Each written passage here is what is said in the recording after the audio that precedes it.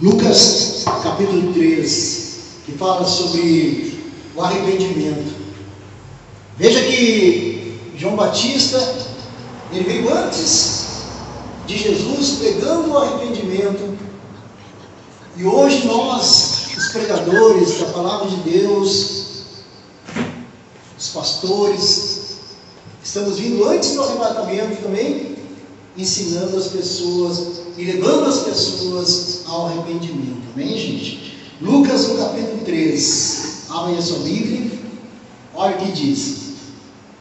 No 15º ano do reinado de Tibério César, sendo Pôncio Pilatos governador da Judéia, Herodes, tetrarca da Galiléia, seu irmão Filipe, tetrarca da região da Idumeia e Traconitis e Lisânia, sendo sumos sacerdotes Anás e Caifás, veio a palavra de Deus a João, filho de Zacarias, no deserto. Veio aonde? No deserto, a palavra de Deus para João, né? Diz assim, porque se nós prestarmos atenção aqui, diz que veio a palavra de Deus a João no deserto. E geralmente é quando nós estamos passando pelo deserto que nos vem a palavra do Senhor, que vem para nos ensinar a sair do deserto, a sair do sufoco da servidão, né? Então, diz assim que ele percorreu toda a circunvizinhança do Jordão, pregando o batismo de arrependimento para a remissão de pecados. Se não houver arrependimento da parte do homem, não haverá perdão da parte de Deus. A pessoa que quer receber o perdão e salvar a sua alma, dentro dela tem que haver o quê? Um arrependimento de toda a vida errada que ela teve, para que ela então possa ser perdoada.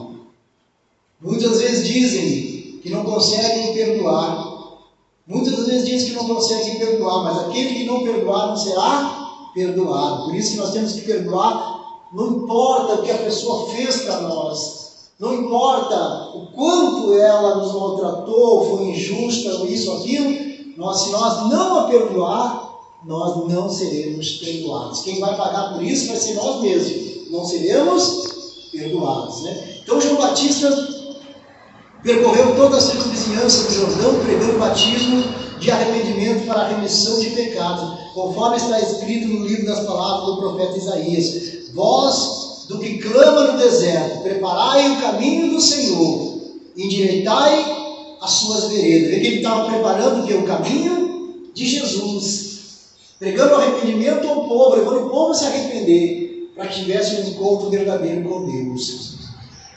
Aí diz assim: todo vale será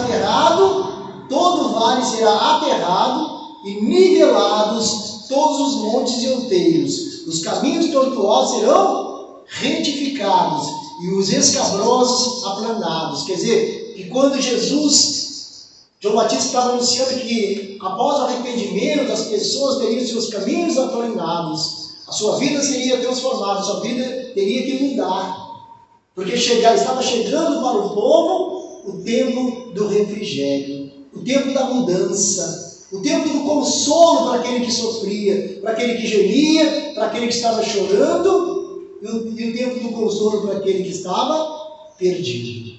Então diz assim: toda a carne verá a salvação de Deus. Toda a carne verá a salvação de Deus. Qual é a salvação de Deus? Jesus. Jesus é a salvação. Porque não há outro nome que possamos encontrar a salvação a não ser em Jesus. Então diz que toda a carne verá a salvação de Deus. Dizia ele, pois, às multidões que saíram para ser batizadas: raça de víboras, quem vos induziu a fugir da ira vindoura? Quem falou para vocês que vocês vão escapar do dia do julgamento, do dia em que Deus vai derramar ira sobre a terra? Quem encheu a sua cabeça? Quem fez a sua cabeça? Quem agiu nos teus pensamentos? Dizia ele, pois, as multidões que saíram para ser batizadas: raças de víboras, quem vos induziu a fugir da ira vindoura? Produzi, pois, frutos dignos de arrependimento. Produzi, pois, frutos dignos de arrependimento. E não comeceis a dizer vós mesmos, temos por pai Abraão, porque eu vos afirmo que dessas pedras Deus poderá suscitar filhos a Abraão. Ou seja, aqui está dizendo que para Deus nada é impossível. Se nós não querer, Ele vai até as pedras se tornarem filhos. A palavra de Deus diz que virão as prostitutas que estão lá agora, hoje, lá nas esquinas da vida, nos cabarés, nas boates. A palavra de Deus diz que Ele vai trazer essas prostitutas e vão tomar o lugar daqueles que estão dentro das igrejas enchendo linguiça, que estão dentro da igreja passando tempo e não se convertem, não aceitam Jesus, não abrem o coração. Estava vendo a pregação de um bispo essa semana que falou sobre, estava lá um demônio manifestado, e o demônio disse que entrou na mulher dentro da igreja. Dentro da igreja o demônio entrou na mulher. Por que ele entrou? Pode isso acontecer? Claro. Paredes, né, gente? Parede não muda nada. Parede não quer dizer que a pessoa está santificada, não quer estar dentro de uma casa. Então, quer dizer, aquela mulher estava dentro da igreja, com o coração vazio, sem Deus. Provavelmente o demônio saiu de uma pessoa, aquela pessoa que o demônio saiu e não conseguiu mais entrar nela, porque ela abriu o coração para Deus. O demônio tentou voltar, não conseguiu, não encontrou lugar para a habitação dele. Aí que ele diz que saiu a procurar outros lugares. E chegou e olhou para aquela mulher e viu que ele poderia entrar naquele coração. Porque aquela mulher estava na igreja, mas não estava em Deus. Estava na igreja, mas não estava com Cristo. Isso é o que acontece com as pessoas que ficam o tempo dentro da igreja e não se entregam para Deus. E não abrem o coração para Deus. Aí diz assim: produzis, pois, frutos dignos de arrependimento, e não comeceis a dizer entre vós mesmos, temos por pai Abraão, porque eu vos afirmo que até dessas pedras Deus pode suscitar filhos a Abraão. E também já está posto o machado à raiz da árvore, olha isso. E também já está posto o machado à raiz da árvore. Toda árvore, pois, que não produz bom fruto, ela é cortada e lançada ao fogo. É aquela pessoa, né, que está na igreja, mas os frutos dela são maus. Eu até chamei a atenção de uma senhora, porque ela diz que os frutos são maus, está dentro da igreja, mas odeia todo mundo, tem um coração mau, fala mal de todo mundo, não abre o coração para Deus, não se santifica, não se purifica, não esquece aquela criatura pecaminosa, aquela criatura errante do passado. A pessoa está na igreja, mas não muda, não se deixa Deus lapidar ela. Porque quando Deus está nos lapidando, Ele está nos transformando num diamante precioso, sem impurezas. Ele está tirando as impurezas, quando Ele está nos lapidando. E aí a pessoa vem para a igreja e ela não deixa Deus trabalhar. Ela não deixa Deus lapidar. Então já está posto o machado à raiz das árvores. Toda árvore, pois, que não produz bom fruto, ela é cortada e lançada no fogo. Então as multidões o interrogavam, dizendo: que havemos, pois, de fazer? Respondeu-lhes: quem tiver 2 túnicas, reparta com quem não tem. E quem tiver comida, faça o mesmo. Foram também publicanos para serem batizados e perguntaram-lhe: mestre, que havemos de fazer? Respondeu-lhes: não cobreis mais do que é justo. Também soldados lhe perguntaram: e nós que faremos? E ele lhes disse: a ninguém maltrateis, não deis denúncia falsa e contentai-vos com o vosso soldo. Estava dizendo o que é para que os soldados não fossem falsos, né? não levantassem falsos testemunhos. Eu estava comentando até a respeito, muitas vezes a pessoa nesse mundo, o advogado cristão, muitas vezes nesse mundo o advogado é levado a mentir para defender a pessoa, né, que está pagando para ele, para ser defendido por ele, né, está sendo pago por ele. E muitas vezes a pessoa mente para livrar aquela pessoa. Mas se o advogado é um cristão, ele vai ter que colocar Deus acima de tudo. Se ele é um verdadeiro cristão, ele realmente está circuncidado, realmente converteu-se, ele não vai mentir.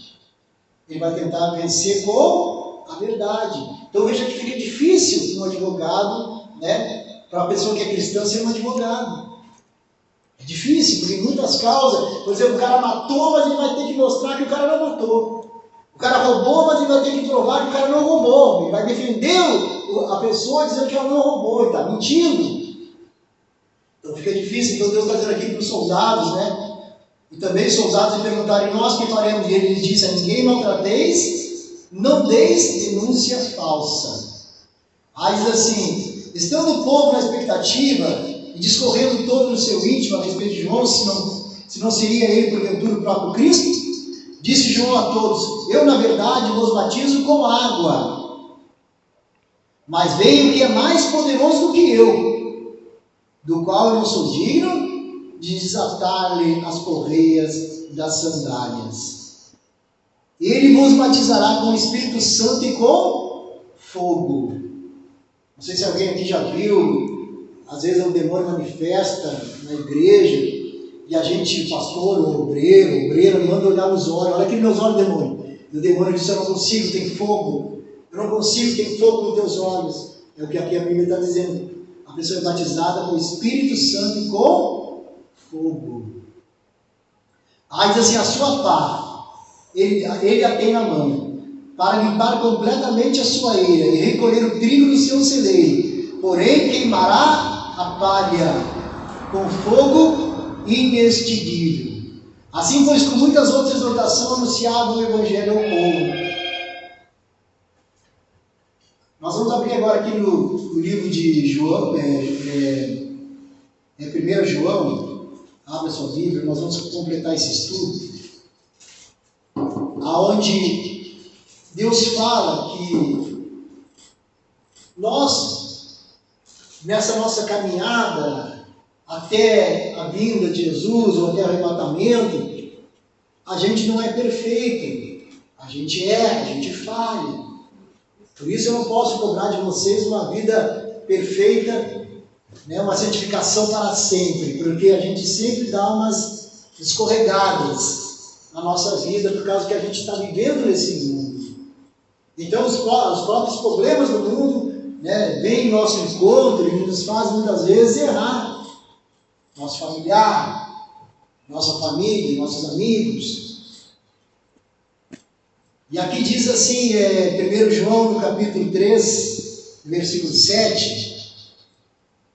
1 João, no capítulo 3, no versículo 7.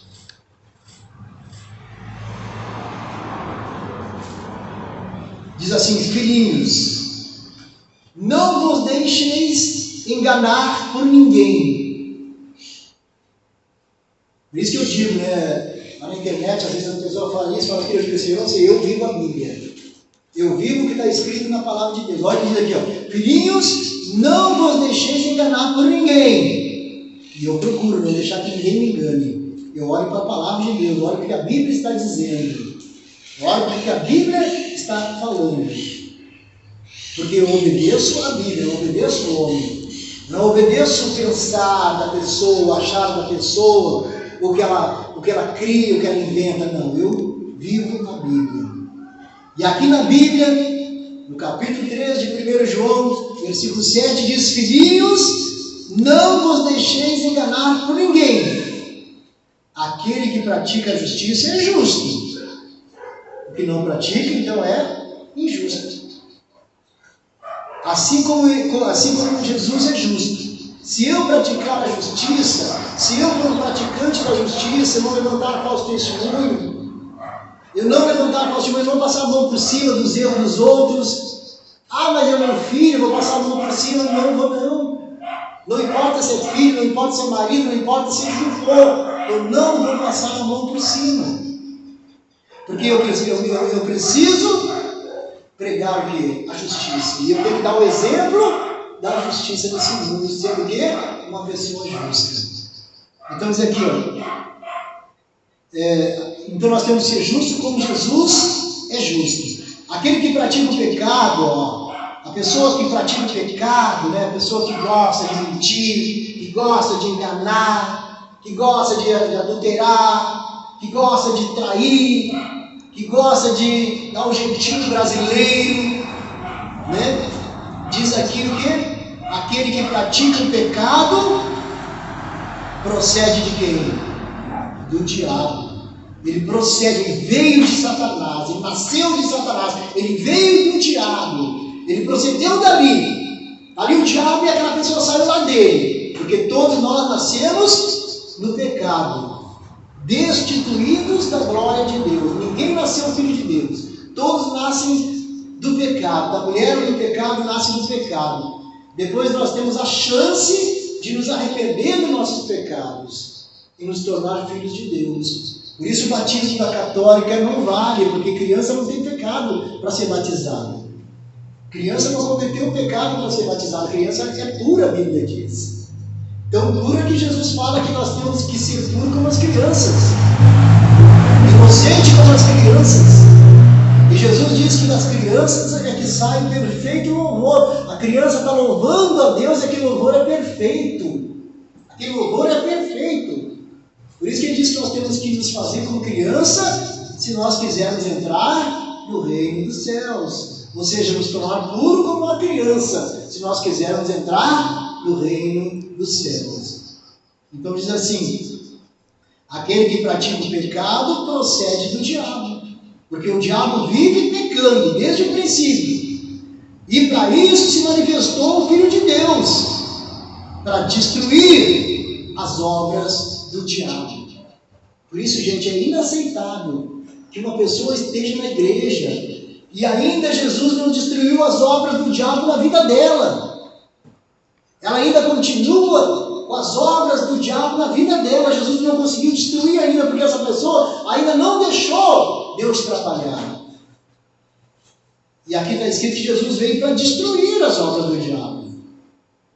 Então, muitas vezes a pessoa está dentro da igreja, mas as obras do diabo ainda estão nela. Ela ainda é uma pessoa destruída, ela é uma pessoa ainda que não foi transformada pelo poder de Deus. Jesus disse: sereis minhas testemunhas. Como uma pessoa pode dar testemunho de Jesus se ela procede do diabo?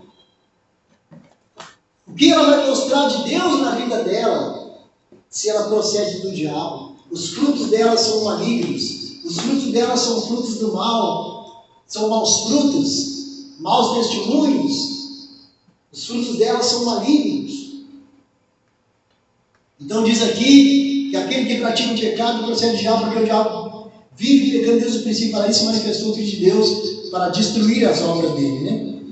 Aí diz assim: todo aquele que é nascido de Deus, a pessoa que é nascida de Deus, a pessoa que morreu para esse mundo, que mortificou as obras da carne, que matou os prazeres pecaminosos que a sua carne tinha vontade de colocar em prática, né, de fazer, os prazeres da carne. Diz que todo aquele que é nascido de Deus não vive na prática do pecado, não vive praticando o pecado.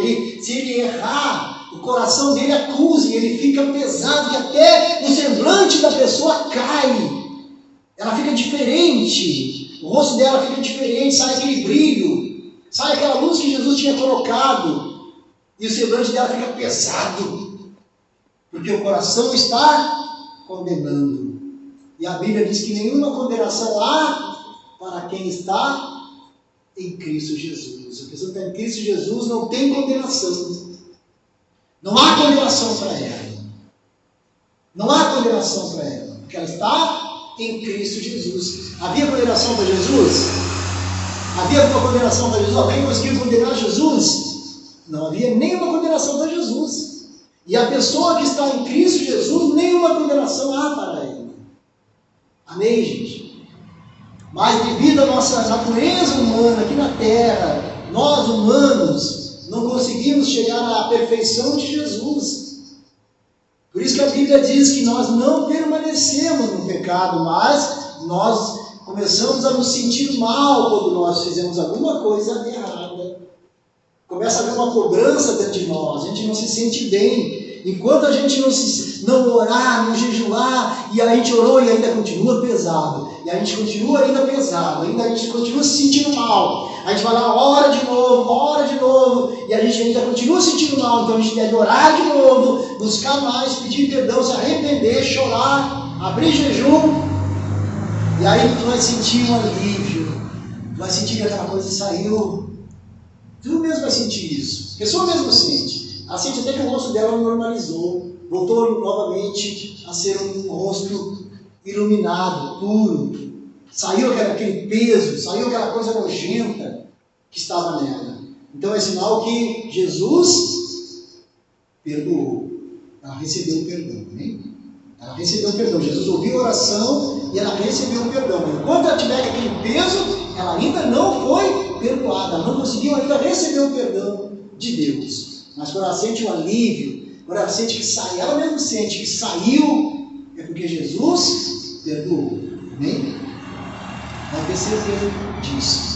Então diz assim que todo que é nascido de Deus não vive na prática do pecado, pois o que permanece nele é a divina semente. Pois o que permanece nele é a divina semente. Ora, esse não pode viver pecando, porque ele é nascido de Deus.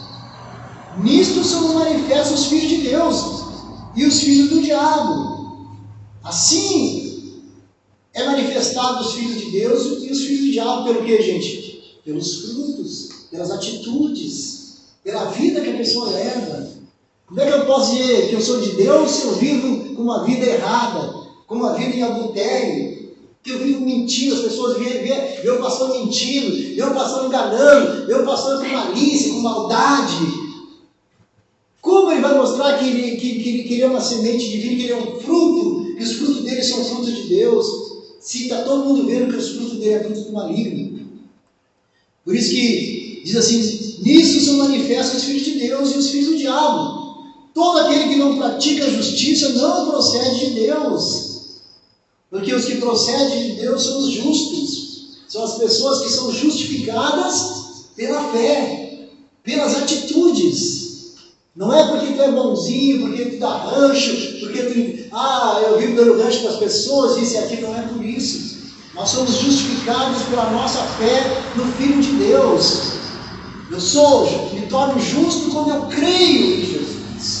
Eu sou justificado pela minha fé, porque eu creio.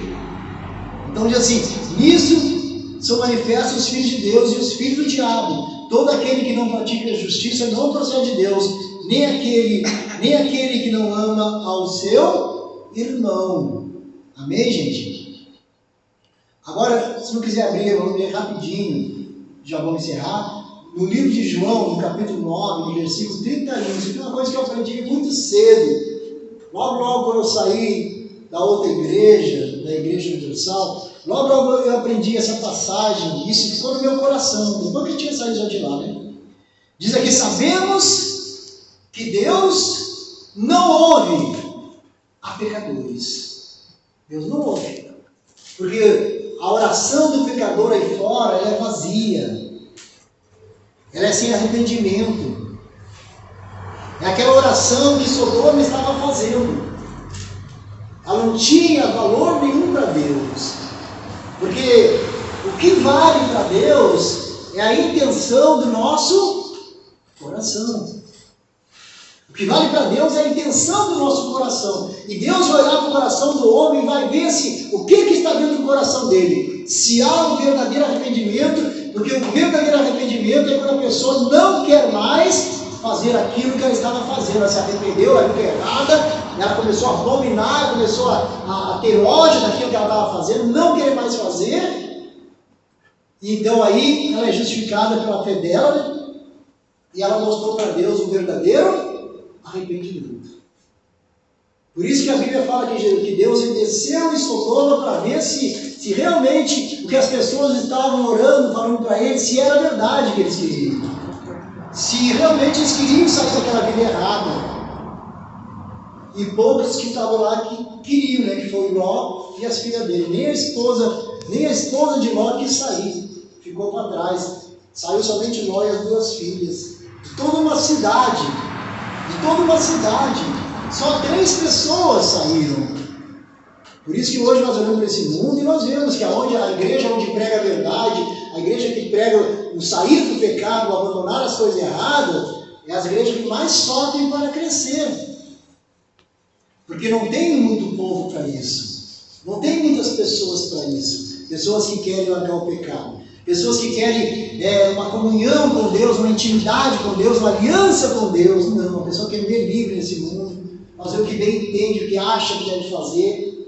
Por isso as igrejas que pregam que a pessoa tem que matar as obras pecaminosas, abandonar o pecado, são os que mais sofrem para crescer. São os que mais sofrem para crescer. Se a gente não ensinasse, aqui no Impacto Mundial, a gente não ensinasse a verdade, mas ficasse com emoções, com sentimentos, e trouxesse as pessoas para esses sentimentos, para essas emoções, elas seriam pessoas vazias, pessoas sem Deus. Elas não têm uma aliança com Deus, elas não têm uma intimidade com Deus, elas não conhecem Deus. Elas estão como Jó fala, antes eu te conhecia somente de ouvir falar. Jó fala isso, né? Aí Jó disse, agora meus olhos mesmo te veem. Quer dizer, agora Jó estava com uma intimidade com Deus, tinha uma aliança com Deus. E muitas pessoas, então, estão em muitos lugares muito no sentimento, na emoção, mas estão vazias de Deus. Por isso que as igrejas que pregam a verdade custam mais para crescer. É uma luta. A gente olha, se espreme, se esperneia para a igreja crescer. É uma luta. Veja só que naquela cidade de Sodoma, não lembro se a Bíblia cita quantas pessoas moravam naquele lugar, mas 3 pessoas só estavam com Deus. 3 pessoas só tinham uma aliança com Deus em toda aquela cidade. 3 pessoas. Aqui nesse bairro, quantas pessoas será que tem que estão com uma aliança verdadeira com Deus, com intimidade com Deus, que largaram o pecado, que largaram a vida errada, e verdadeiramente se tornaram filhos de Deus?